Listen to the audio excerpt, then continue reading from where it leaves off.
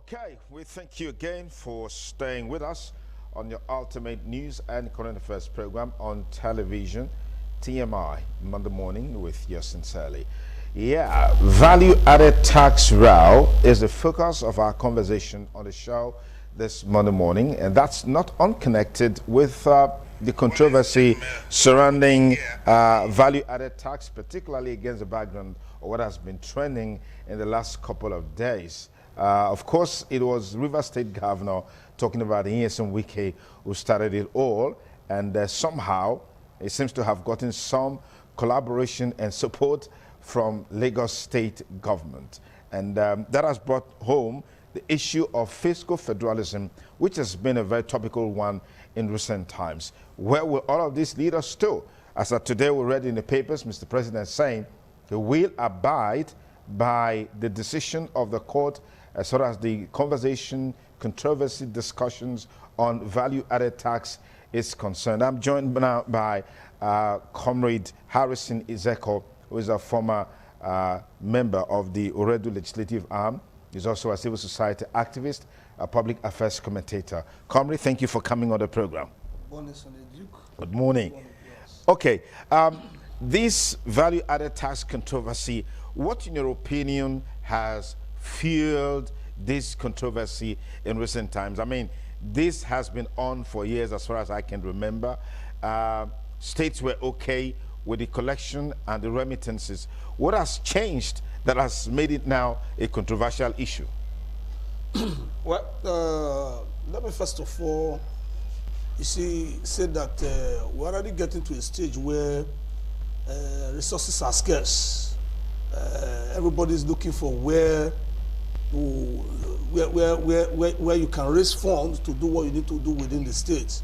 And yes, Winky have started to begin to look at the laws. Does the federal government have the power to collect VAT? And does the state also have the power to collect VAT? And from what we have seen, even in the Constitution, I think that it's not really clear. But over the years, the federal government have been in charge. But what is important is that Nigerians, the governors, the presidents, should begin to look back home. Today we are fighting over who collect VAT because there is scarce of resources. The state need to do what they are supposed to do. And in this country, the federal government have been in charge of over 55% of the entire resources that are accrued to this country. And for me, the federal government is within the state, is within the local government. One would have expected that before today, they ought to have looked at this issue and bring more resources to the states and the local government. Because if you look at what the federal government is actually in charge, for example, the security, I can assure you that what the state government pump into say the security at the state level is only small money. Because if you look at just look at the issue of security today, the federal government, the police, and all that, they don't have equipment. And all this is supposed to be done by the federal government. Today, the state government will intervene. State government will buy cars in different states. Even look at the local government that will come up now. There are security issues. So for me, it's a welcome development. But I also know that it's a court issue. Even the federal government have said they will abide. The matter is still going to go. It's not going to rate as that level. Yeah. So at the end of the day, that Nigerian manager way of doing things might come to play. Okay. But if the states we put the resources in good use. For me, I think that what goes to the federal government is too much. Okay. We should begin to join them in the fight so that the state can be viable. All right, let me welcome Atiosa Igibo for joining us on this program. It's a delight to have you here. I'm sure you've been following this event as it's been unfolding, the value-added tax row. I asked Harrison a while ago, just before you came, what, in your opinion, may have triggered this new development as it relates to the value-added tax? I mean, this is a system that has been in operational as far as I can remember. What has changed? Well, when I got it, my brother was speaking on the issue of scarce resources, which I personally also saw some use to an extent. However, governments used to have a lot of borrowing powers as well. But for the fact that these things are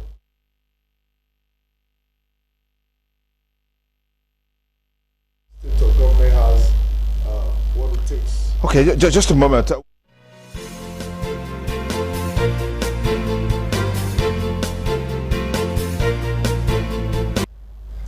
Well, thank you for that understanding occasioned by the break we had a while ago due to a couple of technical hitches. We'd like to continue our conversation now on the value-added tax row. Let me thank our panelists here. Chosai Gilbo, thank you for coming.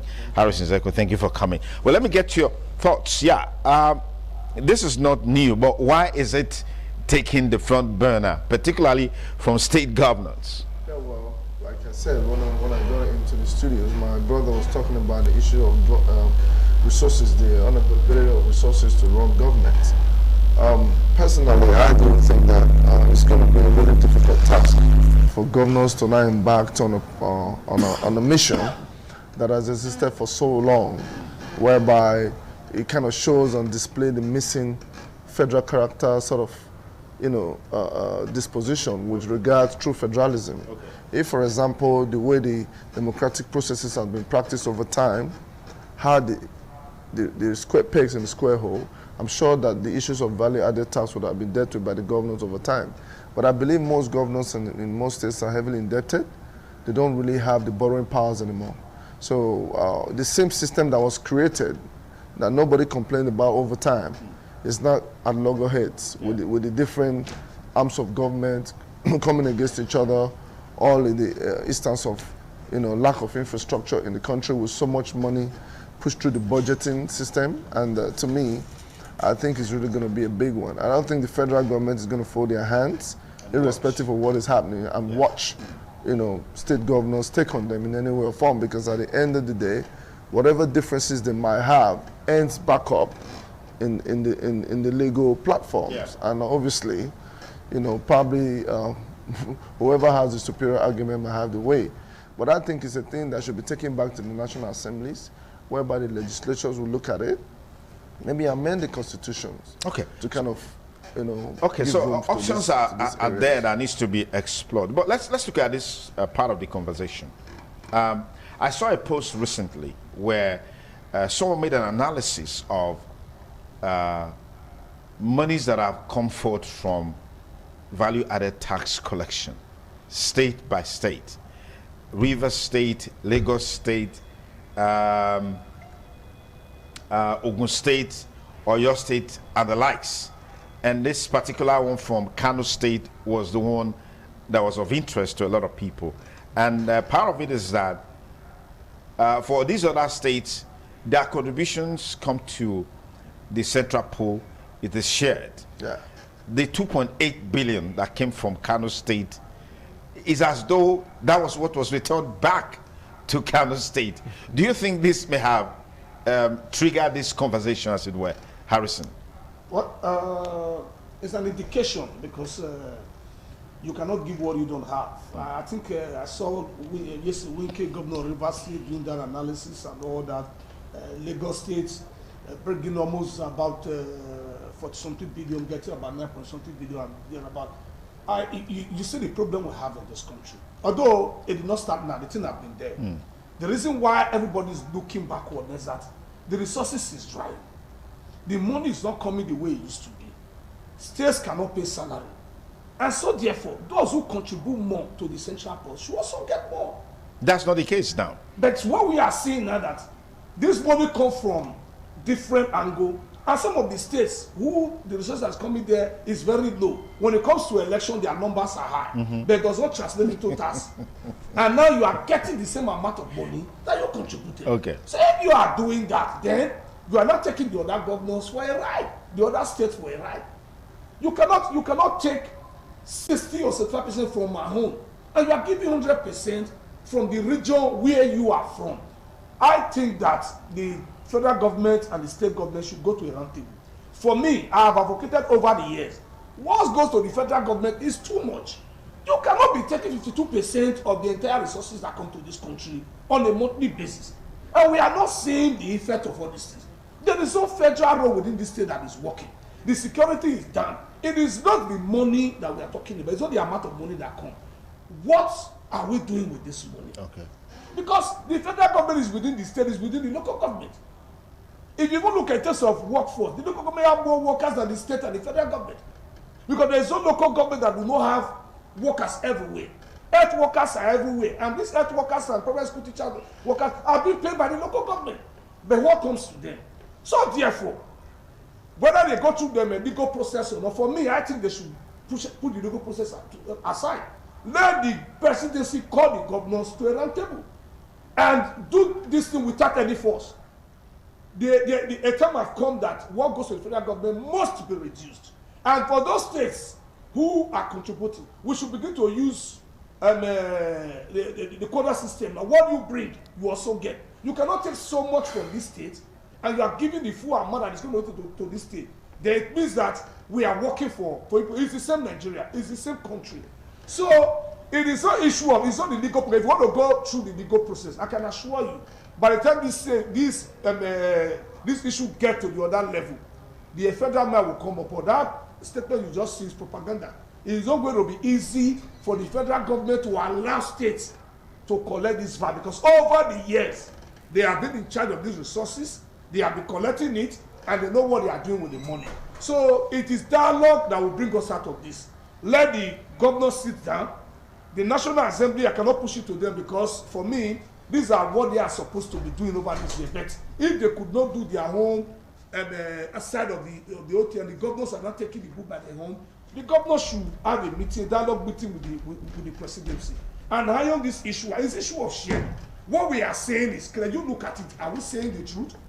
And if we must come to agreement. Yeah. So for me, what you get, if they want to go by that, let everybody collect what they are getting. That's what we can say. Yeah. If what is coming from Kano State go back to Kano State, then what comes from Rivers State should go back to Rivers State. Fantastic. What comes from Edo State should go back to Edo State. If you cannot do it that way, then if Kano is bringing 2.8, they should get at least 500 from it. All right.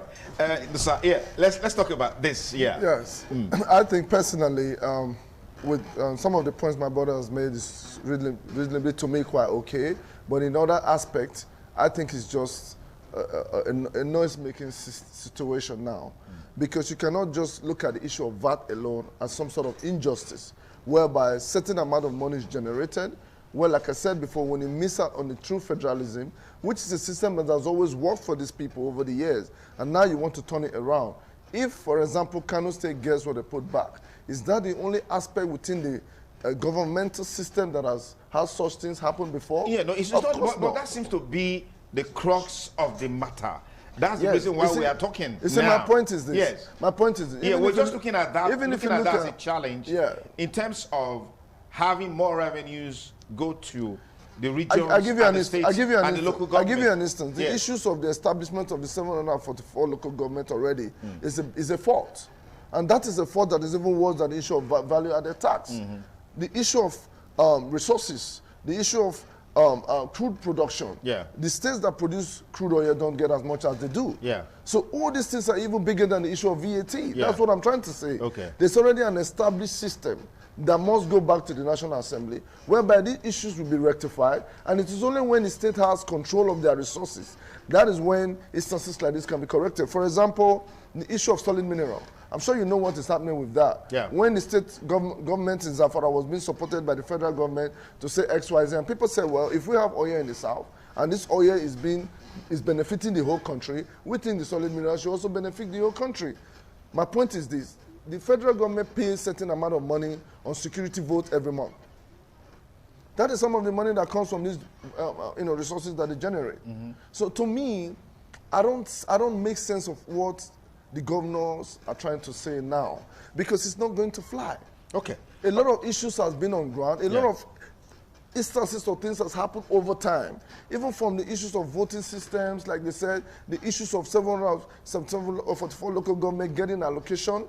The majority of this money is generated from different regions, but at the same time, it's shared equally. If they want to tell us that the value-added tax is played out this way, whereby a state generates 3 billion and gets 3 billion, and certain state generates 5 billion and gets 1 billion, that sort of character and behavioral pattern within our country exists within issues that is even worse off than the issue of VAT. Let me pause you there. Fred, thank you so much for coming on the show. Thank you for having me. All right, let's get your perspectives on this value-added tax row. it's been the issue has been building up over the period. First, what was most topical about VAT is that this is a tax that is collected on consumer products manufactured locally. And then in some part of the country, they don't consume alcohol. In fact, the social media or the media itself is replete with videos and pictures of destructions of trucks or warehouses of, for storage of alcoholic products, beverages, right? But we know that one of the source of inflows for value-added tax is alcoholic beverages. These guys don't allow it in the States, but they benefit maybe maximally from the value-added tax that comes from alcoholic beverages. This was the initial issue that came up before Governor Wike was bold enough, had the courage to challenge the matter in court. Well, that's not the plank of our discussion now. The plank of our discussion is this issue not bringing forth again that underlying debate of fiscal federalism that has been on, as it were? Thank you very much for that question. Very good question. The problem we have is that there's no standardized policy of designing tax regimes. Tax regimes have to be based on 1, transparency, 2, equity, and then expedient, equality. If you are collecting taxes from any region or any area, the bulk of the taxes should be spent in that area. To do otherwise is to rob Peter to pay Paul. Because you cannot take taxes from one place or one people and give it to another people. You can't do that, because that will negate the very essence of government and governance. We are all in this ship together. We have elected people to represent us, but they behave more like they represent themselves first before representing us. Yeah. They come to us to beg us that they want to serve us, and they will serve to the best of their ability, and that they will be fair, they will be just, they will be transparent. But when they get there, that's not what they do. That is our problem. So what we are asking for, and we must commend Wike for being bold and for being for his foresight in doing this. I hear my brother what he has said, that there are other issues that are bigger than this one, but you have to start the correction from somewhere, which, like you have said, this leads us to fiscal federalism. If there was a policy, for example, where say 80% of the taxes collected from any region is spent in that region, that is a captive policy, captive expenditure policy, then everybody will know that, yes, because for sure we know that we cannot just expect that all the taxes collected from any particular area be spent in that particular area. Yeah. Because we are all in this together. So there is a question of a little bit of charity from those who are able to pay more to those who benefit something. But it should never become an entitlement mentality. It should never be seen as an entitlement mentality that, yes, you must receive this from the taxes paid by other people. No. If you have a policy, a standard policy by which you say, okay, those who pay the taxes get the bulk of the services from the realized taxes in their area, then that would be equitable. And that would be fair. That would seem to be fair. But what it actually should be, in reality, for us to talk about pure equity, is whatever is generated from any area should be spent all in that area. But we know that if we have to carry everybody along, we have to spread it a little bit. We have had to struggle with this for about 50 years now. starting from the Aguiyi-Ironsi's regime when he began to unilateralize Nigeria. That was the first time that Nigeria's system began to tilt towards a unitary system of government. Okay. And since then, everything has been controlled more or less from the center. Yeah. But the unfortunate thing is that the center continues to pile up on that error and continues to want to, undermine those who are actually, it's like killing the goose that lays the golden eggs. You can't do that. Otherwise, there will be discouragement. That's why a whole lot of people have left. See, taxes play more than just the role of payment and expenditure for services and goods and to the people. Taxes can also be used as an instrument to attract investment. Investors gravitate towards areas with the lowest taxes, where they are sure that there is security, there is transparency, and there is justice. Okay.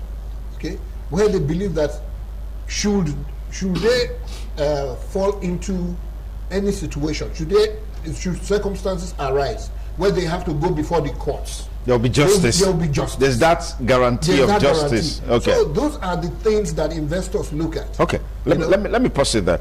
Harrison, there's been concerns that many of these injustices that are entrenched in our polity is what is fueling ethnic agitation. Do you want to subscribe to this? 100%. You see, it's a pity we live in a precarious political environment where people do whatever they like, they get away with it. To be very honest with you, this present federal government, the oppression is too glaring and it's too clear in terms of ethnicity, tribalism. When it comes to this section of the people of the state, we want to do things to the extreme. We cannot sit down today and believe that this country will move forward. We have tax policy in this country, but the problem we have is the sharing formula that is not captured. Every resources goes to the center. They gather it and they decide at the end of the month through the Ministry of Finance and Allocation, decide what they give to the state and the local government. You can get 100% this month. It does not determine what you get the other month. They share it and they give out what they feel that they can give to the state. And what we are saying is that this thing is becoming, we can no longer continue this way. The states and local governments have more work to do. And in terms of what that we are talking about, you cannot be collecting so much money from here. And the people who don't contribute as high that money, they get almost 100% of what they contribute. The mine in our own side here, you are giving us 30% or 20%, 25%. It does not work. I think the legal issue should be put aside. Let them sit down. Let the governors come together. Is this still justifiable? That is the basic truth, because what you are doing is completely wrong. You cannot you cannot have a policy that so product will not be sold in your state because of religion.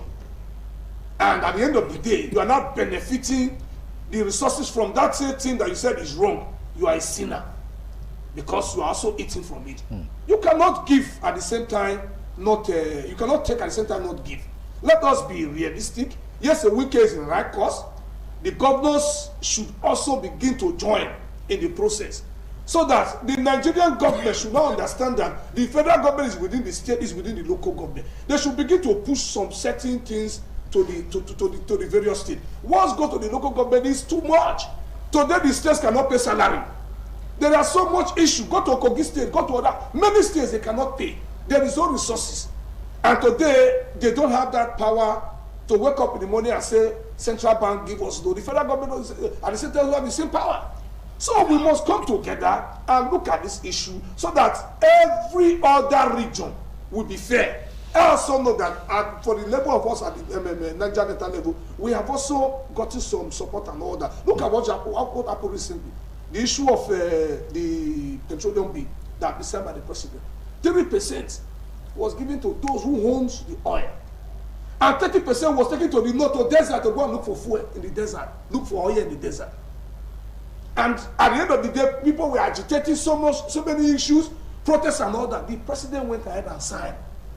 Heaven did not fall.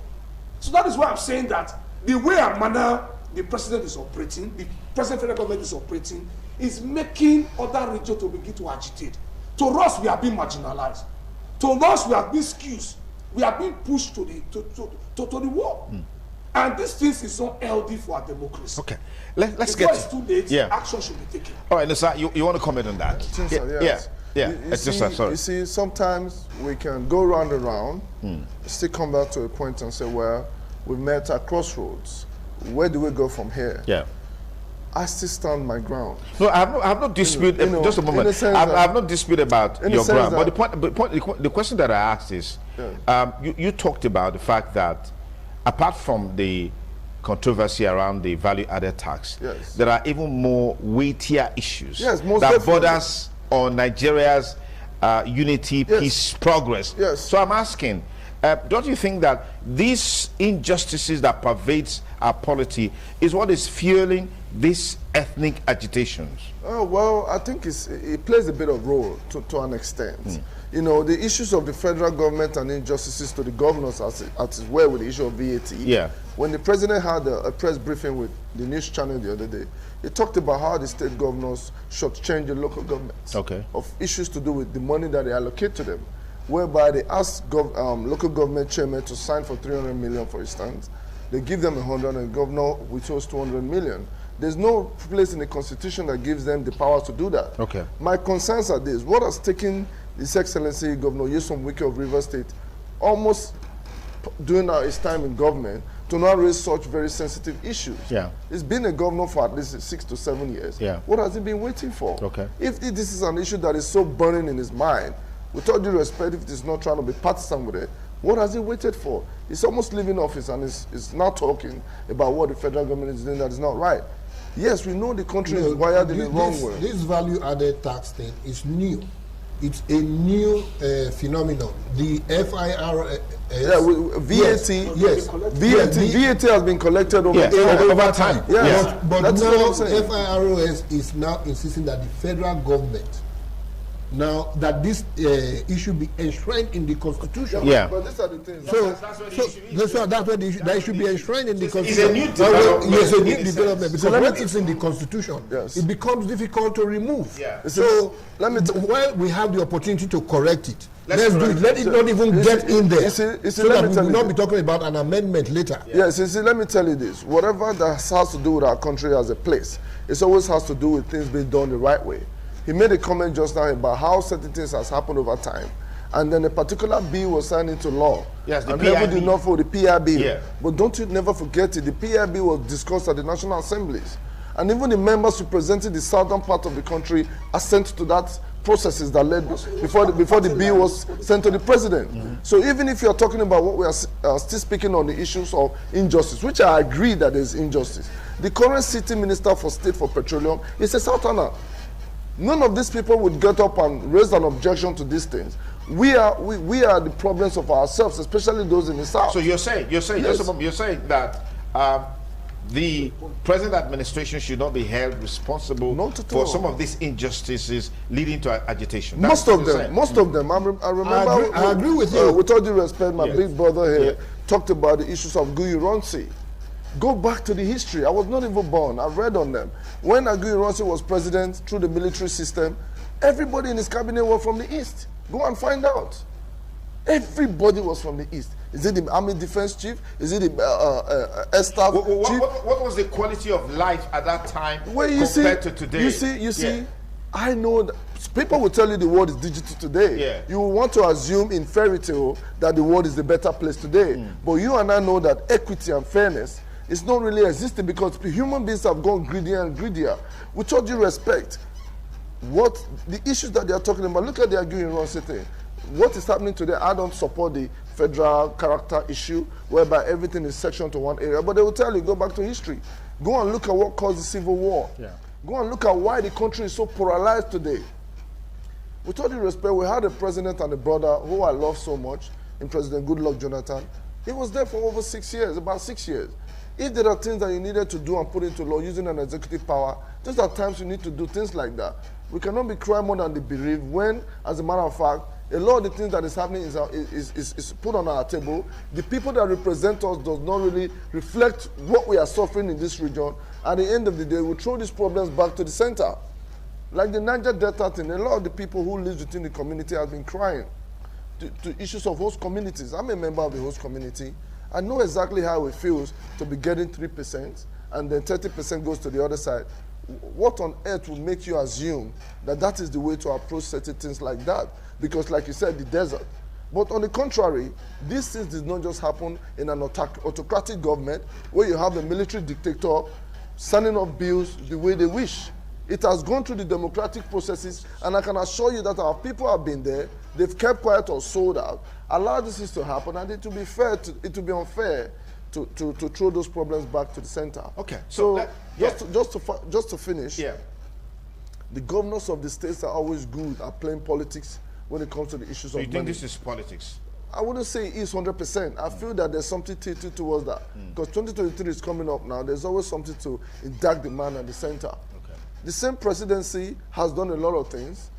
You know, giving back, for example, in Enugu, the President Buhari released 10 billion naira to build an international airport. I'm sure that's a part of the process of VAT. Or, you know, in any other means that the country is generating money. My issue is, you just look at the country as it is today and say the north and the south. The south is southwest, south, and the southeast. Just look at us as people, how we like as people. So whenever things are happening, I believe we will always be on the receiving end because those that they send to represent us never really goes there to do what they're supposed to do. Like he said, they will come to you and tell you, I'm a politician. They will come to you and tell you, this is what I need from you. By the time they go there, situations start to change. So all that we are suffering, before we throw our mouth to the president at the center, in the villa, we should first question our representatives from these areas. I thank you. You know what I'm saying? Yeah. Yes, I thank you very much for the point you have made, that we should look inward first. Yes. To actually begin to lay blames. Yes. Yes, there is a point there. But the thing is, in the game of politics, as we have seen it, the South has lost out more than the North since independence, since independence. And talking about losing out, the East more than everybody else, then the South more than the Southwest and Southwest. Yeah. So if you graduated, the North has benefited by far more, and that's because they have played the politics to the advantage better than we have. Unity. They have unity. That's the underlining word. You know? Unity. So, but the thing is, can this be corrected? Because this is the cause of the several agitations everywhere in the country. That's playing out in the country. That is playing out in the country. That's why people are calling for secession. That's why people are calling for divorce of this system, that this thing is not working. Sir, let me finish.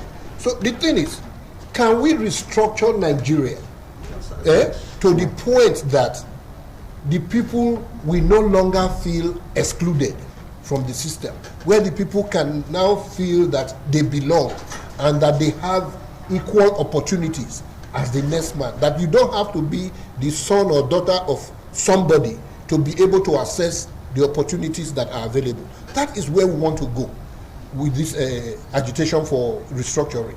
There are many things to restructure. People are just thinking of, okay, fiscal federalism, resource control, and all that. It doesn't even begin to start. That's not the point. Even a very presidential system, it's not going to work with the kind of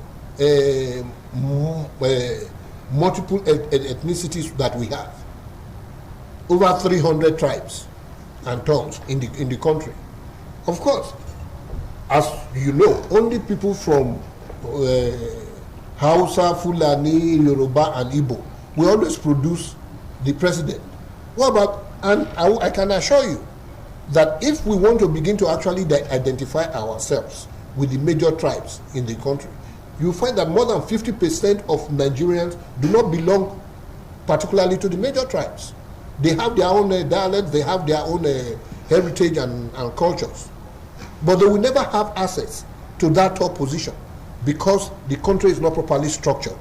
If a country is properly structured, it will not matter anymore whether your tribe is the smallest or your area is the biggest. It will not matter anymore. Okay. That is where we want to go, where everybody, the best qualified representatives, are the ones that are thrown up to represent us so that we can move forward.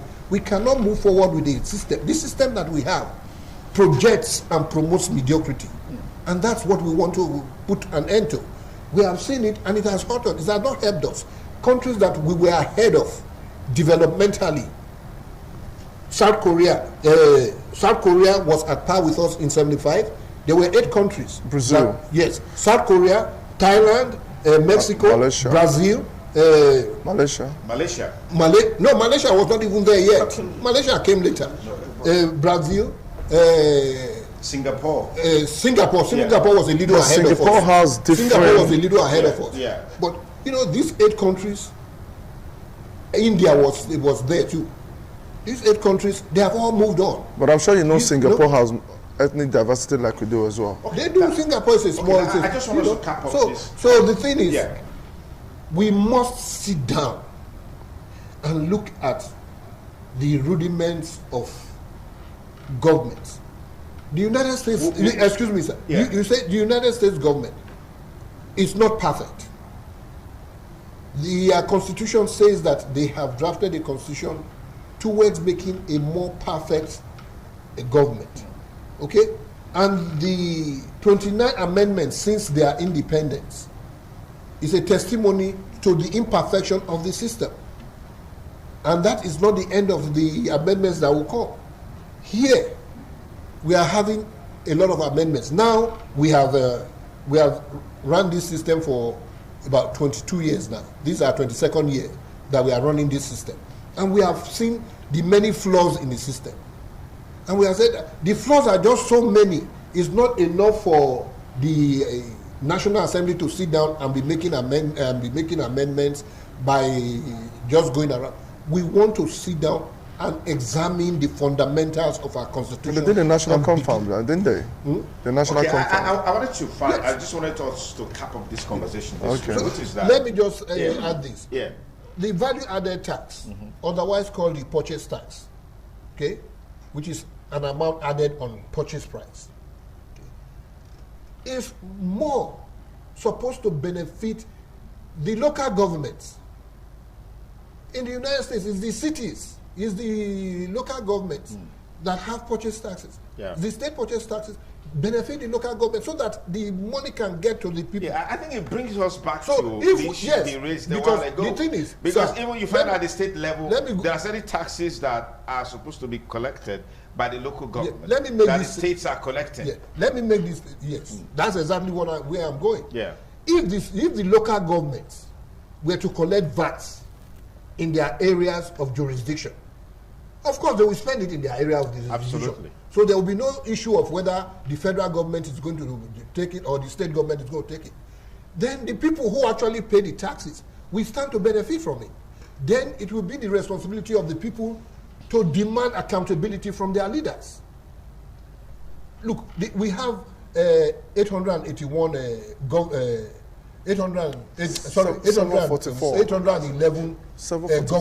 774 local governments, 36 states, and federal governments. For 811, all of them. None of them is transparent. None of them is accountable. How many local governments have websites? Even the states. The website, you go to the websites of the states, they are scanty. What's the tender process for assessing contracts? How do you design a system whereby when a political party wins, only members of that political party will be able to assess contracts, whereas you are collecting taxes from everybody, from minority parties and from opposition party members? Then you use it to feed the ruling party members. That is wrong. So that is why we need to restructure the system to such an extent that everybody will have equal opportunities to the benefits that we can get. All right. Thank you very much, gentlemen. Just on the final note, the concerns that have been expressed have always been in the direction of what the present administration is doing. Because as they say, he who wears the shoe knows where it pinches. Do you subscribe to this thinking or reasoning that all of these issues have been accentuated under the present administration, or they've always been there, the failure of subsequent administration brought them to the fore at this time? What has been there, but not to this extent. Yar'Adua was the president, Obasanjo was the first from 1999. We saw the way and manner the appointments and things were going. It did not pull everything to one side. After the Obasanjo regime, Yar'Adua took over, and he saw the way the man was going, but unfortunately, deaths that nobody had power over came, and our brother took over, who's from the Niger Delta here, and he also had his own time, almost about 6 years, and the appointments and everything were at least the issue of the federal character was said to be balanced, even if they go to some extent. But what you are seeing now is that it's on the public domain. Just check the appointments. Everything is one-sided. And the issue of security. People are crying, so many issues, people are dying. Actions is not being taken because of people who we feel that the where is coming from. But if you want to match action, I saw when they went to Imo State then, the Apobus, we saw the action, we saw the force. But is it the same thing when our brother from the other side, the S-Men, when they are doing their things? That is why the people are thinking, believing that there is this issue of tribalism, this issue of ethnicity, because my people are doing it, I don't want to really take action. Nigerian army can actually withstand this insecurity. But for me, I have said over and over again that they are not getting full command.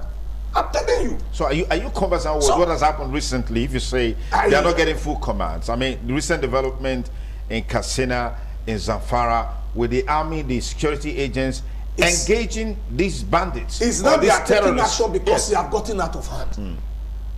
But acknowledge the fact that they've taken action. That's what I'm saying. This is recent because they have gotten out of hand. People have been crying. If we have taken all this action before now, this thing will not get to this extent. It is because those who are supposed to take action for their hands and they were watching. Because it's not people. Because of the agitation that they are not taking action. If they have taken action before, they do not get to this stage. Today now, it has gone into their own side. They can no longer control those people. That's why they are taking action. I just pray that will come out of it. Okay. In the issue of the tax issue, for me, I think the governors, the presidency should come together and address this issue. Let's have a balance. Because if you go to the level of judicial, very soon you begin to see conflicting judgment. That is in Nigeria for you. It is our judicial system today is a toothless bulldog that cannot bite. You very soon begin to control them. And of course, if you go to the National Assembly, you saw what happened during the PIB. They will go party line. People begin to vote against their own interest. So for me, let us sit down and look at the merits. Is it, how do we really go about it and come out of it? So at the end of the day, the states, the local government, Nigeria will be a better place for everybody. Okay, for conflicting court judgment, the Chief Justice of Nigeria is already addressing it. Last week we saw the invitation extended to some of the judges who have been involved, particularly with the Anambra case. Very interesting one. But let me get your take on these issues here, as we call it the wrap. You see, my take on the issue is very simple. I strongly believe in solving problems from its roots. I'm not saying that this current administration has done everly so well, but there's no smoke without fire. Go and look at the history. Like you just talked about when President Obasanjo was there, we knew that many things happened. You see what I'm saying? And at the end of the day, even with the so-called beginning of democracy, President Obasanjo being president of this country, there was still this cry and the issue of corruption. Bad roads from Benin to Lagos, bad road from this place to the other. And at the end of the day, he coming on board did not solve the issues of the Niger Delta agitation. it took a northerner in President Musa Yar'Adua late to have an amnesty for these people who were genuinely fighting for their rights because of issues like this as well, whereby the bulk of the revenue generated in Nigeria comes from the Niger Delta.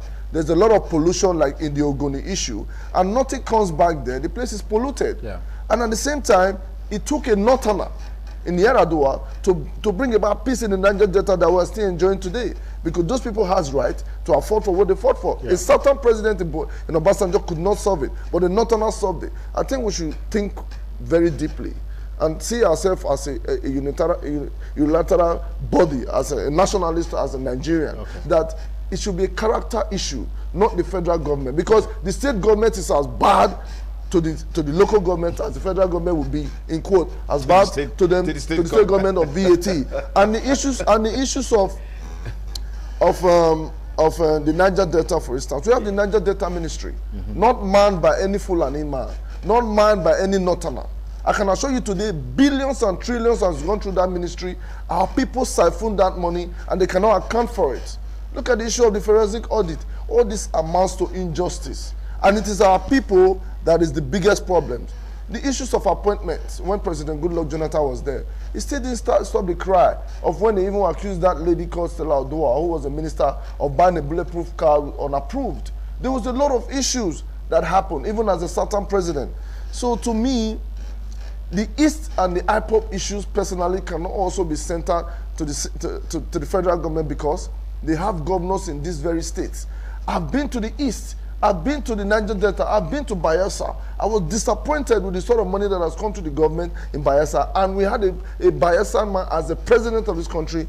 I'm not saying that he didn't do well, but because of the way the system is structured, it was difficult for him, for the kind of person he is. He's a very good guy. He didn't want to bend things, like maybe some people will come up and say, well, I'll do this now. After all, I'm the one in the center. He was a complete gentleman, but to me, he didn't quite help that area. It felt like this is a small state that has gotten nothing. So much trillions of naira has gone through that state, and you will not see it on ground. The IPOP guys and the people in the East, I feel that they are misled. They have their voters card. Let them vote for those people that they need, and let the governor develop their place. The Easterners are known to be industrious. They are one of the richest people in this world. Wherever they go, they are successful because they are blessed with entrepreneurship. They can fix that area without being bothered. Look at the United Arab Emirates. They were all different countries on their own. By the time development was at par, they came together and they called themselves UAE, Oman, Dubai, Qatar.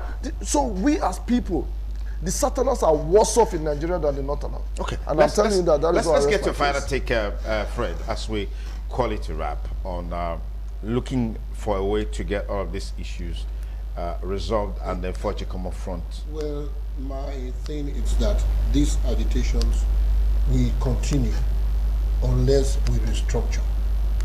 Okay? We have to go back to the table. We have had 22 years to experience a new dispensation of democracy, and we have had the opportunity. We can now retrospect and decide that, look, there are some things that are not working. Nigerians are talking that Nigeria is not working. Because that is the situation, then we have to sit down and begin to restructure. Yeah. See, one of the things that we do not do enough of in Nigeria, it's gathering of information, gathering of statistics. Research. Okay, research. See, for example, this particular government, we have had more deaths by violence and through crimes. Okay, you compare that to the previous administrations to judge and to gauge whether or not you have performed creditably well. Security-wise. Security-wise, you do that with economy. You do that with all other aspects of the economy. Yeah. Okay. When you have done that, then you can now boldly say that yes, we have done well. We cannot just say, well, you have done well, when what we see, what we hear is so harrowing that you have no claim to any good performance. Okay. We can take statistics of the number of agitations, how long the agitations lasted, and compare it with previous administrations for the same period of time to be able to gauge whether you have done well. So with this, I cannot score. I was a diehard. I even contested governorship election under CPC because I was so convinced that Buhari was the man. He was the answer. But I'm telling you, I am now so disappointed that it's like I have been duped. Yes, because that is what it comes to. Because yes. Duped by who? Duped by innocent. Duped by Mr. President. Duped by the promises made that are unfulfilled. Okay. So yes, that's what it comes to. Okay. So, I think we should stop blaming the president. So what we need to do, sir, that's not the problem. We must sit down. The appointments, what we have seen now, that a president can sit down and be so nepotistic that he will appoint everybody from his own village and nothing can be done. That is an issue for restructuring. Okay.